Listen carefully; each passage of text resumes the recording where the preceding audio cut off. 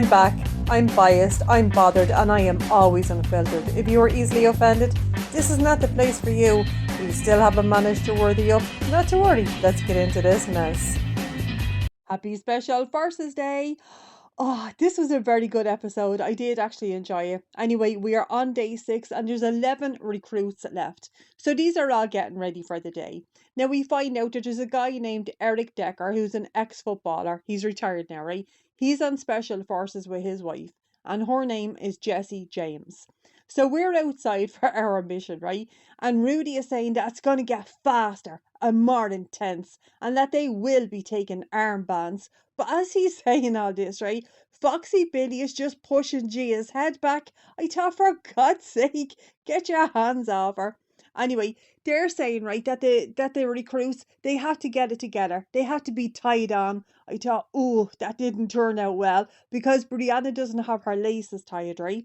Now, Foxy Billy is not happy about this because he's saying to the other recruits that they're supposed to check each other. I thought, what the fuck? I'm not checking a grown adult to see if their laces are tied. Why would I care, you know? So anyway, as we're outside, we have to take our bags off and we have to lift them over our heads. Now, I don't know why, right? I don't know why, but they are actually doing it like weights because they're telling them that they have to lock out their arms. Now, Chanel, like, she just cannot physically do this. But that's too bad because they're going to be moving on to a more brutal mission. Now, Chanel is raging that she wasn't able to do this and she doesn't know why she's crying like a little bitch. I thought, Chanel, it's probably because you're constantly being shouted at and told that you're crap at everything. Anyway, now we're going training. So we find out a bit more about the Decker couple, right?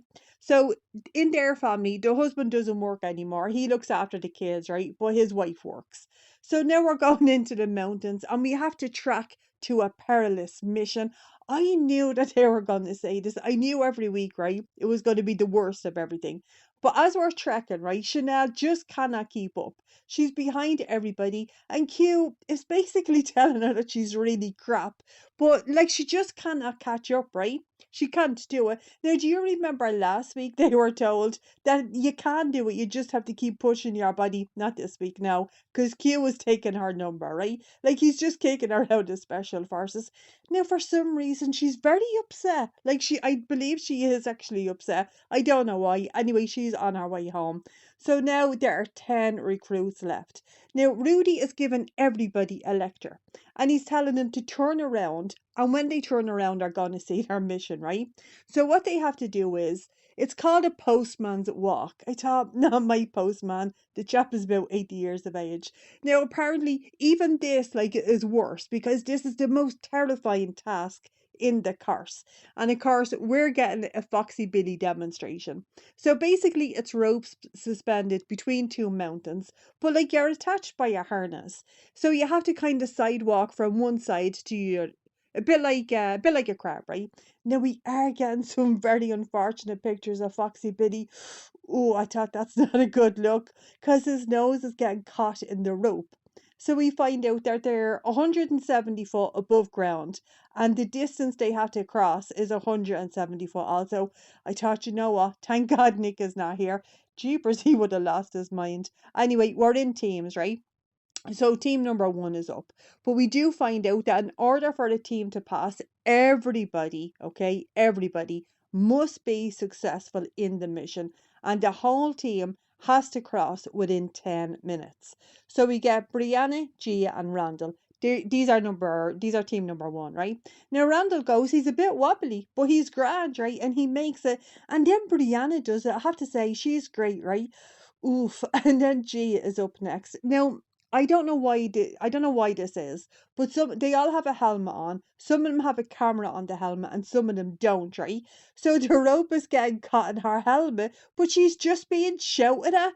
And Foxy Billy is saying to her that he had a mouthful of rope and he wasn't complaining. I thought, actually, Foxy Billy, that's a lie. You had a nose full of rope. I know you did, because I thought, Jesus, he's gonna be raging that was caught on camera. Terrible look for him.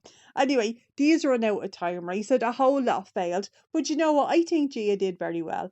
But that's too bad, right? Because apparently Gia does have a bit of an attitude. So of course she is getting shouted at again. So up next for the next team is a guy called Mark Eastus. Now he's telling us, right, that he can do other stuff apart from just being gorgeous on TikTok. I thought, all right, then off you go, Mark. Anyway, we see him and he does actually do well. So we see some of the others like doing the crossing and coming over. And we see Jessie James Decker. Now she does well, right? Her husband is on a different team though. Oh, and now we get Cody's team, right? So there's this woman on Cody's team, right? I have no idea who she is, but she does actually look a lot like Cody. These two could be brother and sister. Anyway, her name is Christy, and we're being told how crap she was, like doing everything else basically. Anyway, she's crossing, and I will say she does look like a bit of a psychopath, right? But it's grand, right? She finishes, and she did very well. And then we get the main man, we get Cody Brown. Now, Cody looks like a baby giraffe. His legs are all over the place. And then he does something, right? And even the Foxy Biddies are asking him, what the hell are you doing with your face, dude? I'll tell you what he's doing, right? He's manifesting Robin. That's exactly what he's doing. Oh, but then Foxy Billy is just calling him an old timer. I thought that's gonna hurt. I know it is. So this guy Eric, right? He's up next. He does crap, by the way. He does crap. Now his wife is encouraging him, and Cody is telling him that he's doing good, like that he's giving a good effort. But he's just told to shut the fuck up, and I appreciated that so much. I really did. Do you know what else I appreciate? He makes the whole team fail. They just failed.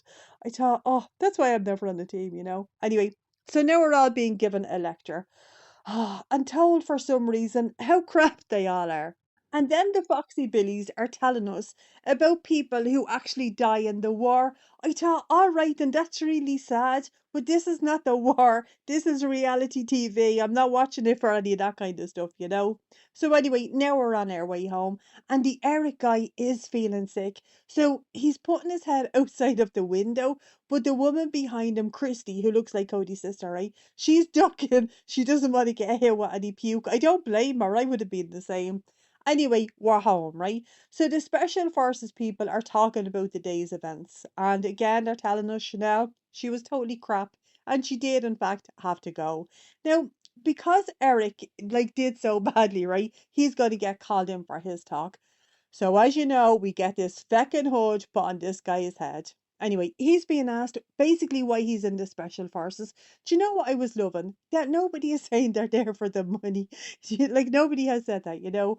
Anyway, according to Eric, he retired from football basically because he didn't want to eventually get old and get let go. Like that's basically the gist of what he was saying.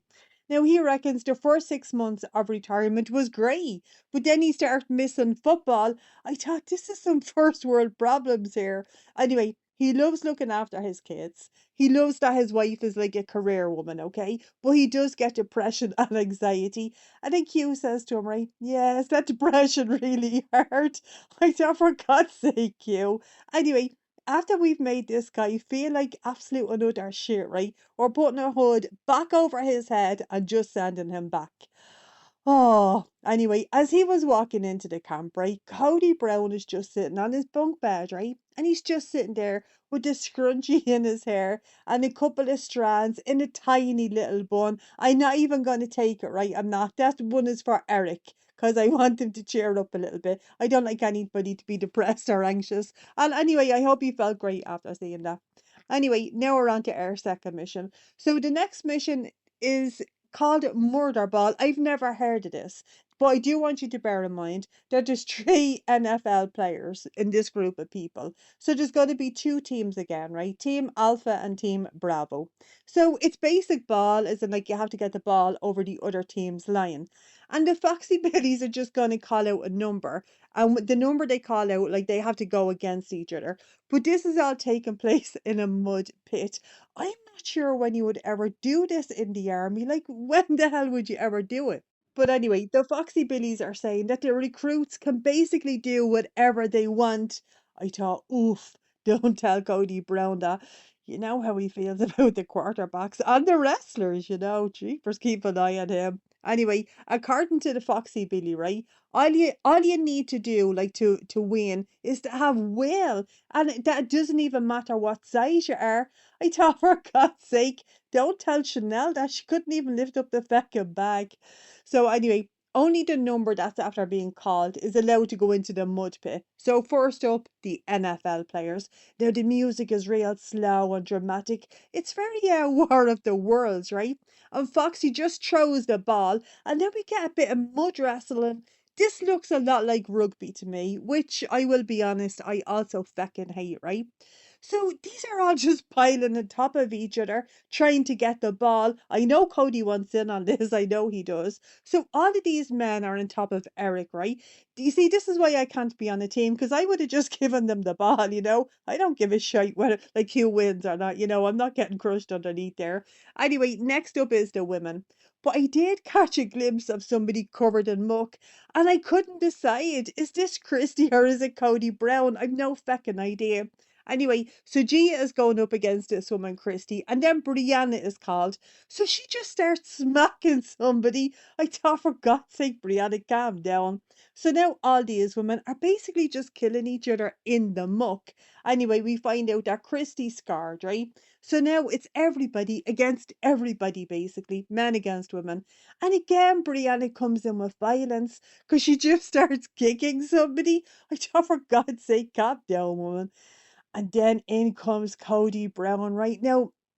Just a farce he's coming in with. You know this guy is on a mission. Too bad, because he is brought down to his knees in the muck by a girl. And then Eric just plants his big mucky hand straight into Cody Brown's face. And I feckin' loved it. I really did. So now everybody is on the ground. This is pandemonium, okay? But I do believe that Eric did get hurt here. Now, Christy, who I have decided is actually Cody's sister. This woman scores another goal, right? She's great. So all the NFL players, all the professional people, right? They're all kind of whinging because Eric is saying that he popped his back. Andrew has his nose bleeding, and Randall reckons that he broke his nose. I thought, jeepers, they're certainly not the manliest of men. Anyway, now we're on our way home. Now, when we get home, right, the girls are outside and they're talking. Now, they reckon it was a great bit of crack, and I seen something, right? And I thought, oh, look at him there, feathered friend. Yeah, grand, fine looking chap. I'm telling you, he's not as good looking as mine. This is Binky, by the way. He was an orphan. He's not an orphan anymore. But I'm looking at this little chap over in Morocco, and I thought, yeah, you're grand, like you are. You haven't got it, though. You haven't. You're not Binky. Oh, I love this little chap. Anyway, now we're in the dorm, right, with the DS Special Forces people. Now they reckon that the women were very good. They do say like that the women were very good, right? And the guys were kind of crap, but Christy was the best of the best. So now we're going to get Christy for her talk. Oh, this fucking hood, right? So we're finding out about this woman. So she was a professional footballer and she has two kids, right? Now, it sounds like she was in a pretty shit relationship, but she says that she stayed there too long. So she was the breadwinner in her family, but it also sounds like the husband was a bit of a prick, right? That's what it sounds like. Now, she reckons that she's embarrassed because she stayed in her marriage like for too long. I hated that she felt like that, you know, because I think she's great, like I really do. Now she's saying that she went on special forces to get her confidence back. So of course, what are we gonna do? Yeah, we're gonna put a black hood over this woman's head and just bring her back to the base. But when she gets back into the camp, right, she is actually very upset. And she says that she hopes going into her 50s is going to be better like than her 40s. Do you know what? I hope that too. I really do. But you know, I was very bothered about nobody is comforting this woman. I didn't like that, okay? You know, if you see somebody upset or somebody, just talk to them nicely, go and sit beside them, give them a hug or something. I don't ever like to see somebody sad and on their own. I don't like to see people sad in general. Anyway, we find out that Eric is in fact in a lot of pain from the football, right? So he needs to go and see the doctor. Anyway, the doctor is saying, yeah, you have something happened to your back, right? So he basically has to go. So he has to give back his armband and he's going into the camp to tell his wife. Now she says, oh, all right, then I'm going too. And he's saying, oh, are you sure? I thought, of course she's sure. You're her husband. And by the way, you already got paid, you know? So anyway, she's handing in in her armband, right? Now we're seeing next week, and Cody Brown is being called a buffoon, and I am so looking forward to see it. I just cannot wait. Anyway, that is our recap. I hope you all enjoyed, and if you did, go ahead and hit subscribe, and I'll catch you on the next one. Have a great day.